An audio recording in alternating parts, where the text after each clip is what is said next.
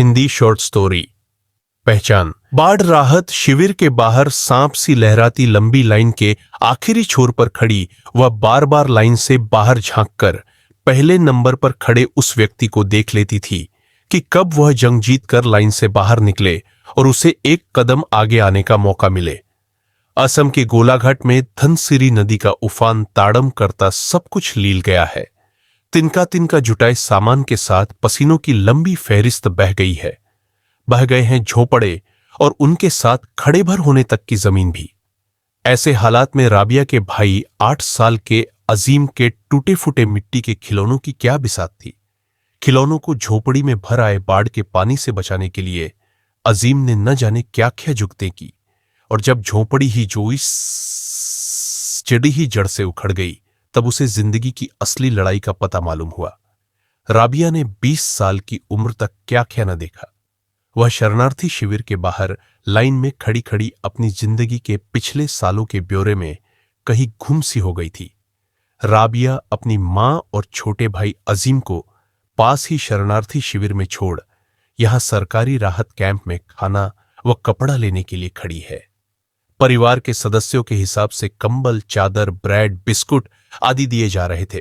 2 साल का ही तो था अजीम जब उसके अब्बा की मौत हो गई थी। उन्होंने कितनी लड़ाइयां देखी, लड़ी, कब से वे भी शांति से 2 वक्त की रोटी को दरबदर होते रहे। एक टुकड़ा जमीन में 4 सांसें जैसे सब पर भारी थी। कौन सी राजनीति, कैसे कैसे नेता, कितने छल, कितने ही झूठ, सूखी जमीन तो कभी बाढ़ में बहती जिंदगियां। कहां जाए वे, अब कैसे जिए। लाखों जाने अनजाने लोगों की भीड़ में तो बस वही चेहरा पहचाना लगता है जो जरा सी संवेदना और इंसानियत दिखा दे। पैदा होने के बाद से ही देख रही थी राबिया एक अंतहीन जिहाद। क्यों इतना फसाद था, इतनी बगावत और शोर था। अब्बा के पास एक छोटी सी जमीन थी। धान की रोपाई, कटाई और फसल होने के बाद 2 मुट्ठी अनाज के दाने घर तक लाने के लिए उन्हें कितने ही पापड़ बेलने पड़ते, और फिर भूख और अनाज के बीच अम्मी की ढेरों झुकते ताकि नई फसल होने तक भूख का निवाला खुद ही न बन जाए वे। इस संघर्ष में भी अम्मी व अब्बा को कभी किसी से शिकायत नहीं रही, न तो सरकार से, न ग्राम पंचायती व्यवस्था से और न जमाने से, जैसा कि अक्सर सोने हीरो में खेलने वाले लोगों को रहती है। शिकायत भी क्या करे, मुस्लिम होने की वजह से हर वक्त वे इस कैफियत में ही पड़े रहते कि कहीं वे बांग्लादेशी घुसपैठिए न करार दे दिए जाए। अब्बा ने चाहते हुए भी इस खूनी आग की लपटों में घिर गए। वह 2012 के जुलाई माह का एक दिन था। अब्बा अपने खेत गए हुए थे। खेत हो या घर, हमेशा कई मुद्दे सवाल बनकर उनके सिर पर सवार रहते। कौन हो, क्या हो, कहां से हो, क्यों, हाँ कब से हो, कब तक, हाँ, इतने सारे सवालों के चक्रव्यूह में घिरे अब्बा तब भी अमन की दुआ मांगते रहते। बोडो, असमिया लोगों की आपत्ति थी कि असम में कोई बाहरी व्यक्ति न रहे। उनका आंतरिक मसला जो भी हो, लेकिन आम लोग जिंदगी के लिए जिंदगी की जंग में झोंके जा चुके थे। अब्बा खेत से न लौटे। बस तब से भूख ने मौत के खौफ की शक्ल ले ली थी। भूख, भय, जमीन से बेदखल हो जाने का संकट, रोजी रोटी की समस्या, बच्चों की बीमारी, देश निकाला, अंतहीन अंधेरा। घर में ही अब्बा से या कभी किसी पहचान वाले से राबिया ने थोड़ा बहुत पढ़ा था। पागलों की तरह अम्मी को कागज का एक टुकड़ा ढूंढते देखती, कभी संदूकों में, कभी बिस्तर के नीचे, कभी अब्बा के सामान में।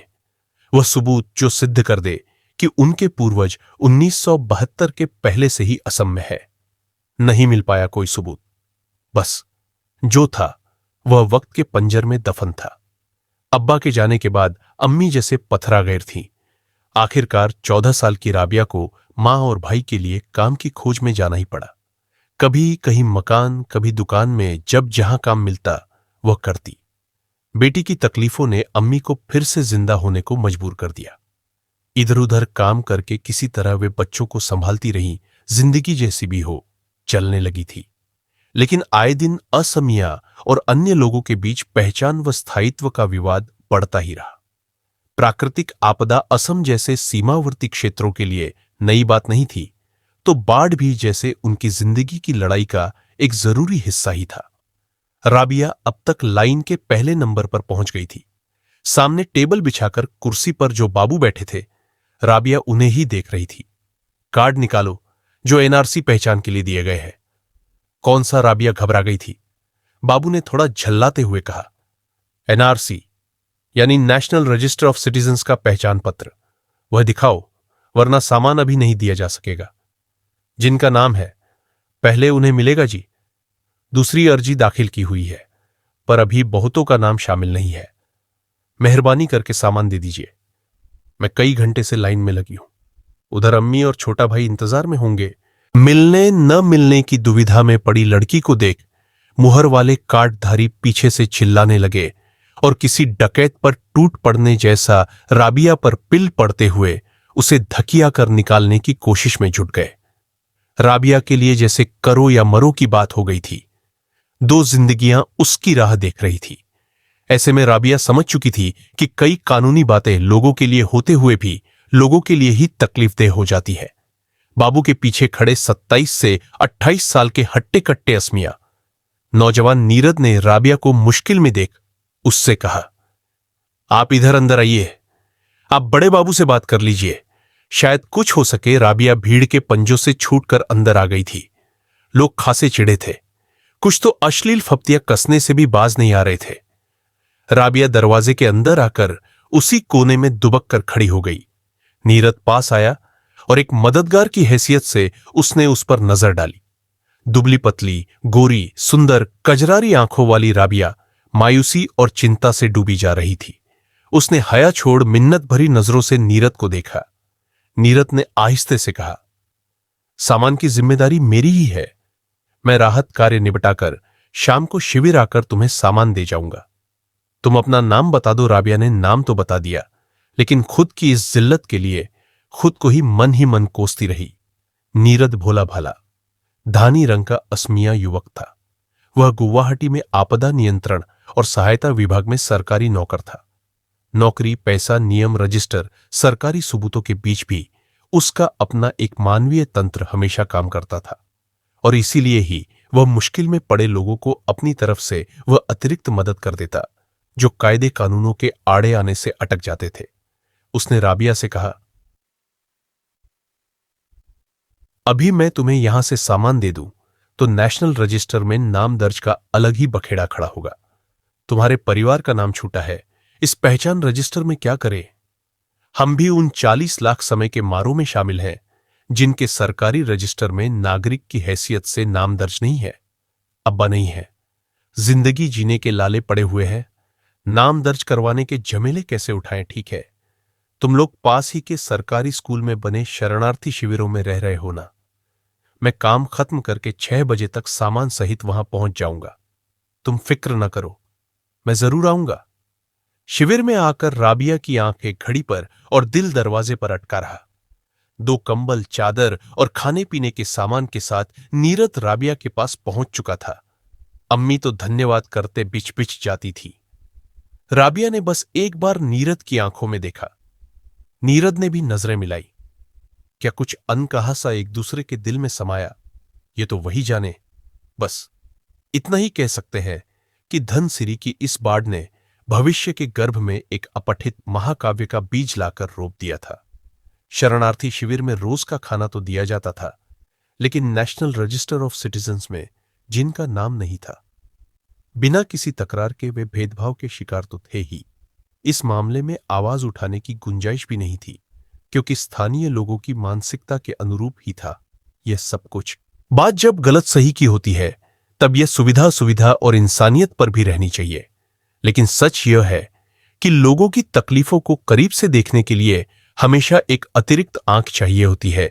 बेबसी, अफरा तफरी, इतिहास की खूनी यादें, बदले की झुलसाती आग, अपने परायों का तिकड़मी खेल और भविष्य की भूखी चिंता। राबिया के पास इंतजार के सिवा और कुछ न था।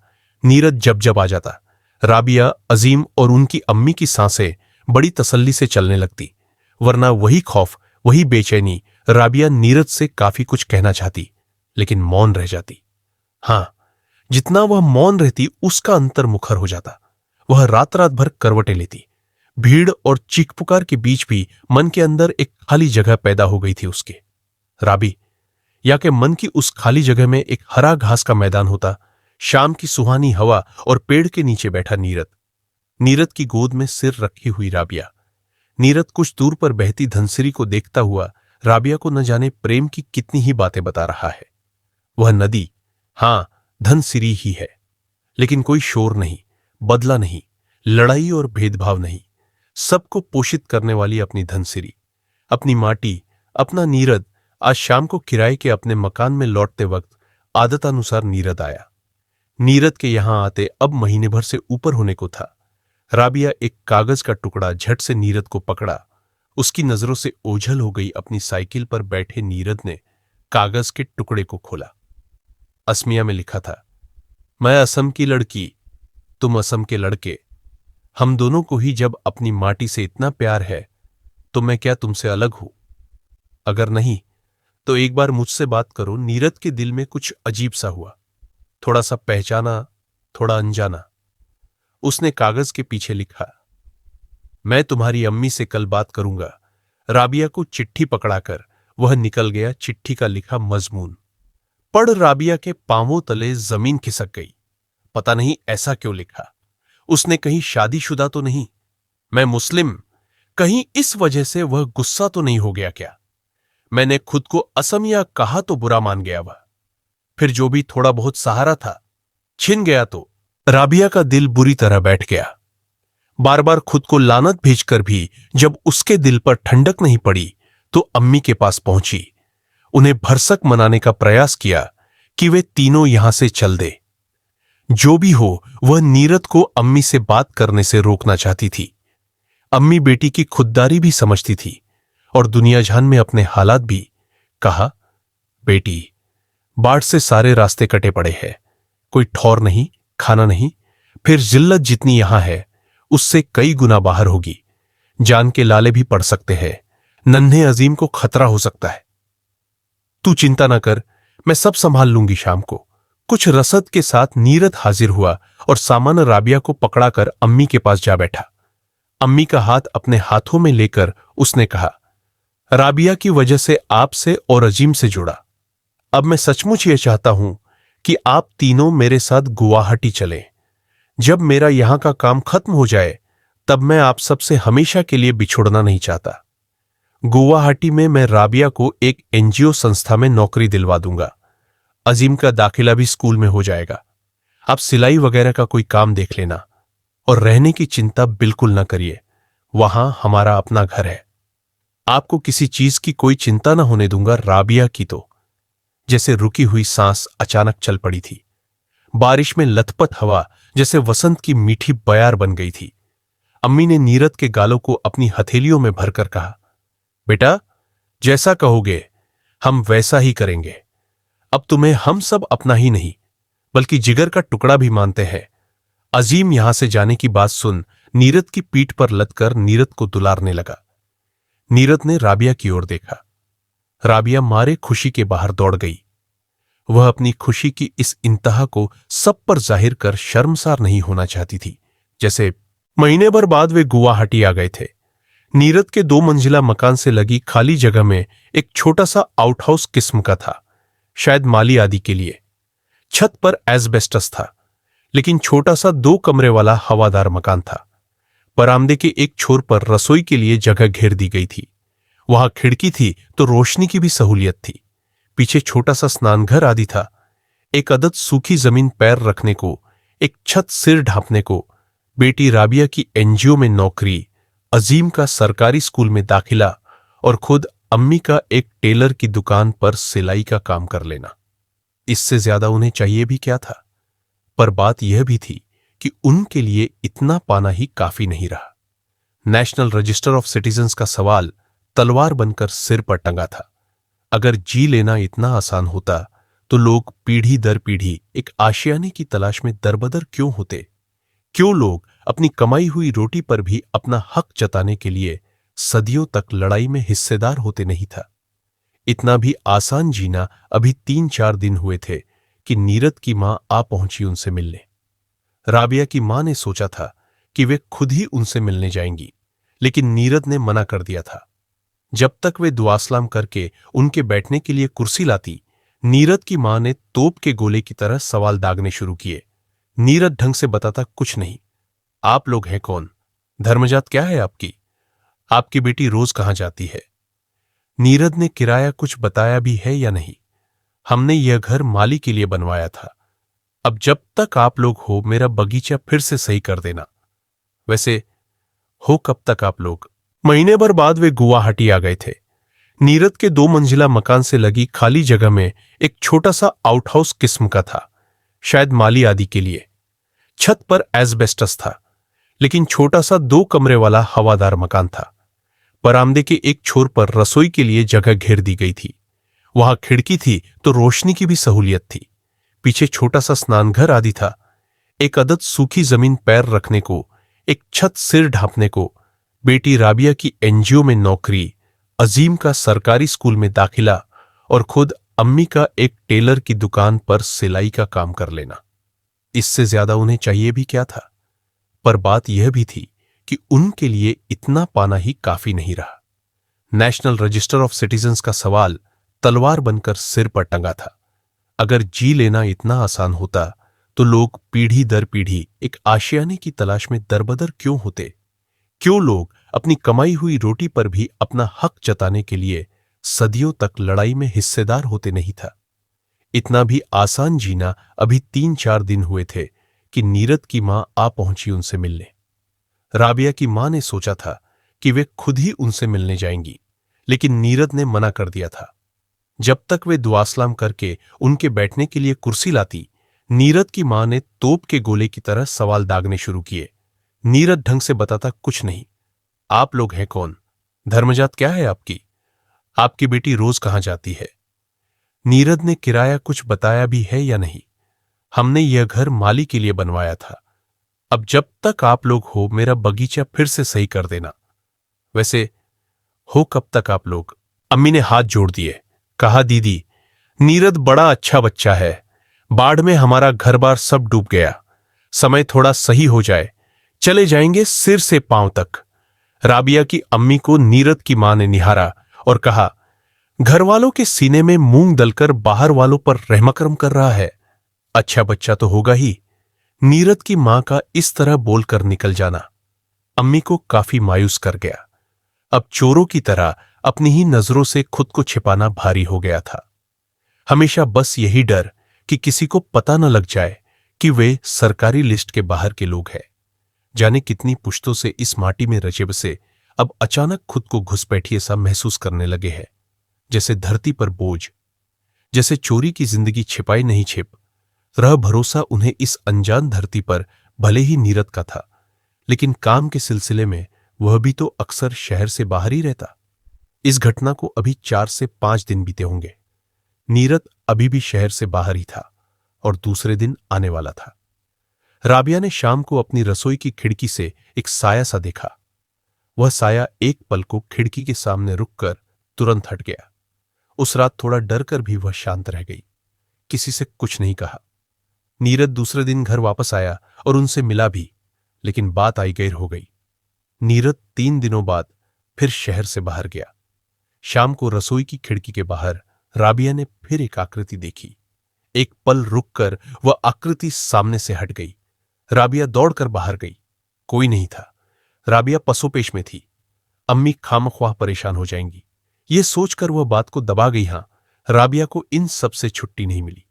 खिड़की, एक आकृति, इन सब का डर और फिर बाहर झपटना और कुछ ना देख पाना। राबिया मानसिक रूप से लगातार टूट रही थी। अगले हफ्ते नीरद वापस आया तो उसे सारी बातें बताने की सोचकर भी वह डर कर पहले चुप रह गई। दरअसल राबिया का डर लाजिमी था। एक तो नीरद ने उन दोनों के आपसी रिश्ते पर अब तक बात नहीं की थी। दूसरे, अम्मी और अजीम की जिंदगी राबिया की किसी गलती की वजह से अधर में न लटक जाए। दरअसल राबिया तो अब तक नीरद की चुप्पी देख खुद के एहसासों को भी खत्म कर लेने का जिगर पैदा कर चुकी थी। खिड़की पर रोज रोज किसी का दिखना कोई छोड़ा जाने वाला मसला नहीं लगा राबिया को, और उसने हिम्मत कर ही ली कि नीरद को सारी बातें बताई जाए। नीरद समझदार था। उसे अंदेशा हुआ कि हो न हो कोई राबिया के लिए ही आता हो। गिद्धों की नजर पड़ने में देर ही कहां लगती है। एक परिवार को वह खुद के भरोसे उनकी जमीन से उखाड़ लाया है। क्या वह राबिया के लिए कोई जिम्मेदारी महसूस करता है? क्या यह सिर्फ जिम्मेदारी ही है? अजीम बाहर खेल रहा था और अम्मी टेलर की दुकान से अभी तक नहीं लौटी थी। नीरद को यह सही वक्त लगा। उसने राबिया से कहा, राबिया, मैं तुमसे एक बात पूछना चाहता हूं। राबिया की धड़कनें धनसिरी के उफानों से भी तेज चलने लगी। आशा निराशा के बीच डोलती उसकी आंखों की पुतलियां भरसक स्थिर होने की कोशिश में लगी नीरद की आंखों से जा टकराई। नीरद ने कहा, राबिया, तुम्हारा नाम मुझे लंबा लगता है, मैं तुम्हें राबी कहकर बुलाना चाहता हूं। इजाजत है, सब कुछ के लिए इजाजत है। राबिया का दिल खुशी के मारे मन ही मन बल्लियों उछल पड़ा, मगर शर्मीली राबिया बर्फ की मूरत बनी एक ही जगह शांत खड़ी रही और जमीन की ओर देखती स्वीकृति में बस सिर ही हिला सकी। नीरद ने धीरे से पूछा, तुम्हारी पसंद में कोई लड़का है जिससे तुम शादी कर सको? मुझे बता दो, यहां मैं ही तुम सबका अपना हूं। इसकी बातें किसी पराये की तरह चुभती है। कभी इसने मेरे मन को टटोलने की कोशिश नहीं की, जबकि मैं न जाने इसे कब से अपना सब कुछ। राबिया आक्रोश पर काबू नहीं रख सकी और नीरद के सामने अपने आप को जैसे पूरा खोलकर रख दिया।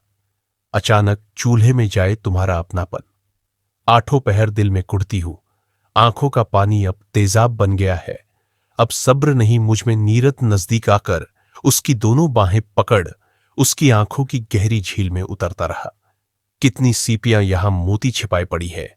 वह कितना बेवकूफ था जो झिझकता ही रह गया। राबिया प्रेम, समर्पण और लज्जा से थरथरा उठी। धीरे धीरे वह नीरद के बलिष्ठ बाजुओं के घेरे में खुद को समर्पित कर उसके सीने से जा लगी। नीरद ने उस पर अपनी पकड़ मजबूत करते हुए पूछा, शादी करोगी मुझसे? पर कैसे तुम कर पाओगे? मेरा तो कोई नहीं, लेकिन तुम्हारा परिवार और समाज। तुम प्यार करती हो ना मुझसे? क्या अब और भी कुछ कहना पड़ेगा मुझे? फिर तुम मेरी हो चुकी। राबी, कोई इस सच को अब झुठला नहीं सकता। नीरद के मन की हूर अब नीरद के लिए सच बनकर जमीन पर उतर चुकी थी। लेकिन इस सच को परिवार और समाज की जड़बुद्धि को कबूल करवाना कोई हंसी खेल नहीं था। असम के ग्रामीण इलाकों में बाढ़ का प्रकोप कुछ कम हुआ तो एनआरसी यानी नेशनल रजिस्टर ऑफ सिटीजन्स का प्रकरण फिर शुरू हुआ। राबिया का परिवार अपना घर बार, जमीन खोकर जड़ से कट चुका था। अभी के हालात में 2 जून की रोटी और अमन से जीने की हसरत इतनी माने रखती थी कि अम्मी और राबिया फिर से उसी पचड़े में नहीं पड़ना चाहती थीं। इधर नीरद चाहता था कि एनआरसी की दूसरी लिस्ट में उनका नाम आ जाए। अभी नीरद इसी मामले में बात कर अपने घर की सीढ़ियों से ऊपर चढ़ा ही था और बाहर तक उसे छोड़ने आई राबिया अपने घर की तरफ मुड़ी ही थी कि शाम के धुंधलके वाले सन्नाटे में कोई राबिया का मुंह झटके से अपने हाथों में दबा तेजी से पीछे जंगल की ओर घसीट ले गया। वह इतनी फुर्ती में था कि राबिया को संभलने का मौका न मिला। राबिया के घर के पीछे घनी अंधेरी झाड़ियों में ले जाकर उसने राबिया को जमीन पर पटक दिया और उसके सीने पर बैठ गया। उसके चेहरे के पास अपना चेहरा ले जाकर अपना मोबाइल ऑन करके उसने अपना चेहरा दिखाया और शैतानी स्वर में पूछा, पहचाना? राबिया घृणा और भय से सिहर उठी। उसने अपना चेहरा राबिया के चेहरे की ओर करीब लाकर फुसफुसाकर कहा, जो सोचा भी नहीं जा सकता वह कभी कभी हो जाता है। अब तुम्हारे सामने 3 विकल्प है। पहला, तुम रोज रात को इसी जगह मेरी हसरतें पूरी करो, चाहे नीरद से रिश्ता रखो। दूसरा, अपने परिवार को लेकर चुपचाप यहां से चली जाओ, किसी से बिना कुछ कहे, नीरद से भी नहीं। अंतिम विकल्प, मुझसे बगावत करो, इसी घर में रहो, नीरद को फांसो और अंजाम भुगतने के लिए तैयार रहो, वैसे अंजाम भी सुन ही लो। 3 जिंदगियां खतरे में होंगी, नीरद, अजीम और तुम्हारी अम्मी की। हां, तुम्हें आंच नहीं आने दूंगा जाने मन। तुम तो मेरी हसरतों की आग में घी का काम करोगी। सन्नाटे पर चोट सी पड़ती उसकी खूंखार आवाज से बर्फ सी ठंडी पड़ चुकी राबिया दहल गई थी। उसके शरीर को अश्लील तरीके से छूता हुआ वह परे हट बैठा और अपनी कठोर हथेली में उसके गालों को भींचकर बोला, देखा मैं कितना शानदार इंसान हूं।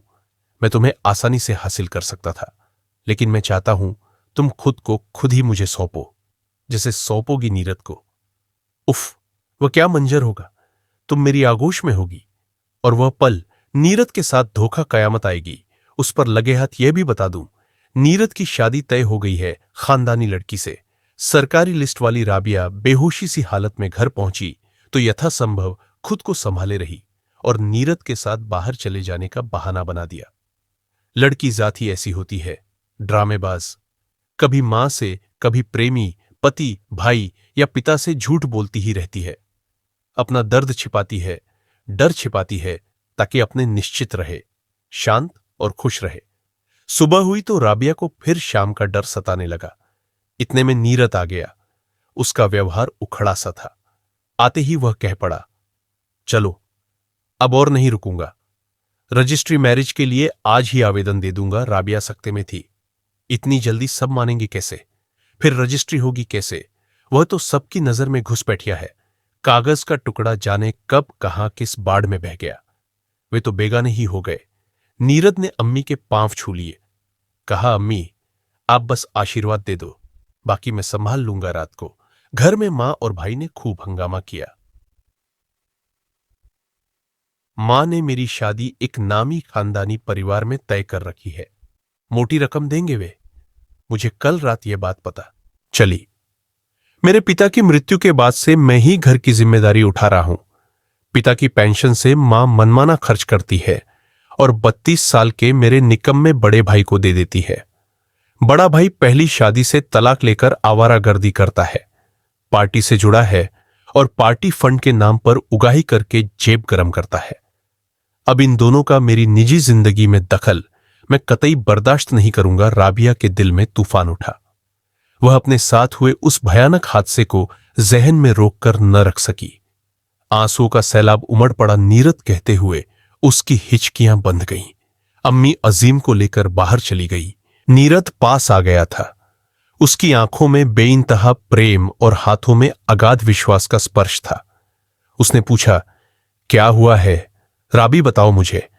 शायद कहीं मेरा अंदेशा तो सही नहीं, तुम ही बताओ राबी। तुम्हारा बड़ा भाई सिर झुकाए हुए आंसुओं की धार में राबिया के सारे मलाल बाहर निकल आए। नीरद को गुस्से में होश न रहा। चिल्लाकर पूछा, क्या कर दिया कमजर्फ ने? राबिया सकते में आ गई। नीरद के हाथ पकड़कर विनती के स्वर में कहा, कुछ कर नहीं पाया, मगर जंगल में खींच कर ले गया था मुझे। बाकी बातें सुनते ही नीरद आपे से बाहर हो गया। कहा, चलो थाने, रिपोर्ट लिखाएंगे आप कि परिवार की इज्जत तुम्हारे दुख से बड़ी नहीं। क्या तुमने उसका चेहरा देखा था? उसने जैसा तुम्हें धमकाया था वैसा वाकई कर दिखाया। साफ साफ देखा मैंने उसे। वह खुद चाहता था कि मैं उसे पहचानूं, खौफ खाऊं। नीरद उन तीनों को लेकर थाने तो गया, लेकिन वहां उनकी नागरिकता के प्रश्न पर उन्हें जलील ही होना पड़ा। पुलिस वालों ने कहा, तब तो पहले एनआरसी में नाम दर्ज करवाओ, फिर यहां आओ। जब हमारे यहां के नागरिक हो ही नहीं तो हमें क्या वास्ता न्याय अन्याय और सुख दुख की मीमांसा अब इंसानियत के हाथों में नहीं थी। बाध्य होकर नीरद ने अपने कद्दावर दोस्त माणिक का सहारा लिया। वह एक सामाजिक संस्था का मुखिया था और समाज व राजनीतिक जीवन में उसकी गहरी पैठ थी। उसने उन लोगों को शरण भी दी और देखभाल का जिम्मा भी लिया। नीरद भी कुछ दिन माणिक के घर से ऑफिस आना जाना करता रहा। इस बीच नीरद ने अपने बड़े भाई की हरकतों का उसकी ही पार्टी के राज्य हाईकमान से शिकायत की और उसे काबू में रखने का इशारा करते हुए उनकी पार्टी की बदनामी का जिक्र किया। हाईकमान को बात समझ आ गई। उसी शाम जब वह फिर राबिया को तहस नहस करने के मंसूबे बांध उसके खाली घर के पास बिना कुछ जाने मंडरा रहा था, पार्टी हाईकमान के गुर्गों ने राबिया के घर के पीछे की झाड़ियों में ले जाकर उसकी सारी हसरतें पूरी कर दी। साथ ही हाईकमान का आदेश भी सुना दिया। पार्टी बदनाम हुई तो वह जिंदा नहीं बचेगा। इधर यह कहानी यहां रुक तो गई, लेकिन नीरद की जिंदगी की नई कहानी कैसे शुरू हो? रजिस्ट्री तो तब होगी जब राबिया खुद को असम की लड़की साबित कर पाएगी। पर क्या नीरद का प्रेम इन बातों का मोहताज है? जब उसने धर्मजाति नहीं देखी तो अब नागरिकता पर अपने प्रेम की बलि चढ़ा दे।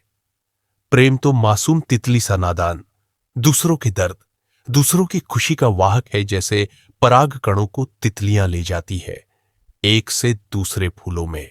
नीरद ने अपना तबादला दिसपुर कर देने की अर्जी लगाई, भले ही वहां काम ज्यादा हो, लेकिन राबिया को नजदीक पाने के लिए वह कुछ ज्यादा भी मेहनत कर लेगा। सच कहते हैं, भला मानुष कभी अकेला नहीं पड़ता। 4 दुश्मन अगर उसके हों भी, 100 दोस्त भी उसके हर सुख दुख में साथ होते हैं। नीरद भी ऐसा ही था। ज्यादातर वह लोगों से मदद लेता कम था, देता अधिक था। ऑफिस के सारे स्टाफ वाले उसकी अच्छाई के कायल थे, इसलिए कानून भले ही अड़ंगा था, मगर इंसानों ने इंसानियत का तकाजा अपने कंधों पर संभाल लिया था। नीरद और राबिया के प्यार की मासूमियत को सभी दिल से महसूस कर रहे थे और ऑफिस में फाइलें आगे बढ़ाते हुए उसके दिसपुर स्थानांतरण की राह प्रशस्त कर दी थी। दिसपुर पहुंचकर नीरद और नीरद की राबी ने गुवाहाटी और दिसपुर के कुछ लोगों के सामने एक दूसरे को अपना बना लिया देश अभी भी बड़ी अफरा तफरी में था। इंसानों पर जाति, धर्म और नागरिकता के टैग लगाने की बड़ी रेलंपेल लगी थी। इधर नीरद और राबी ने दुनिया की रीत पर लिख दी अपने प्यार की पहचान। इंसान की सबसे बड़ी पहचान राबी और उसके परिवार को मिल गई थी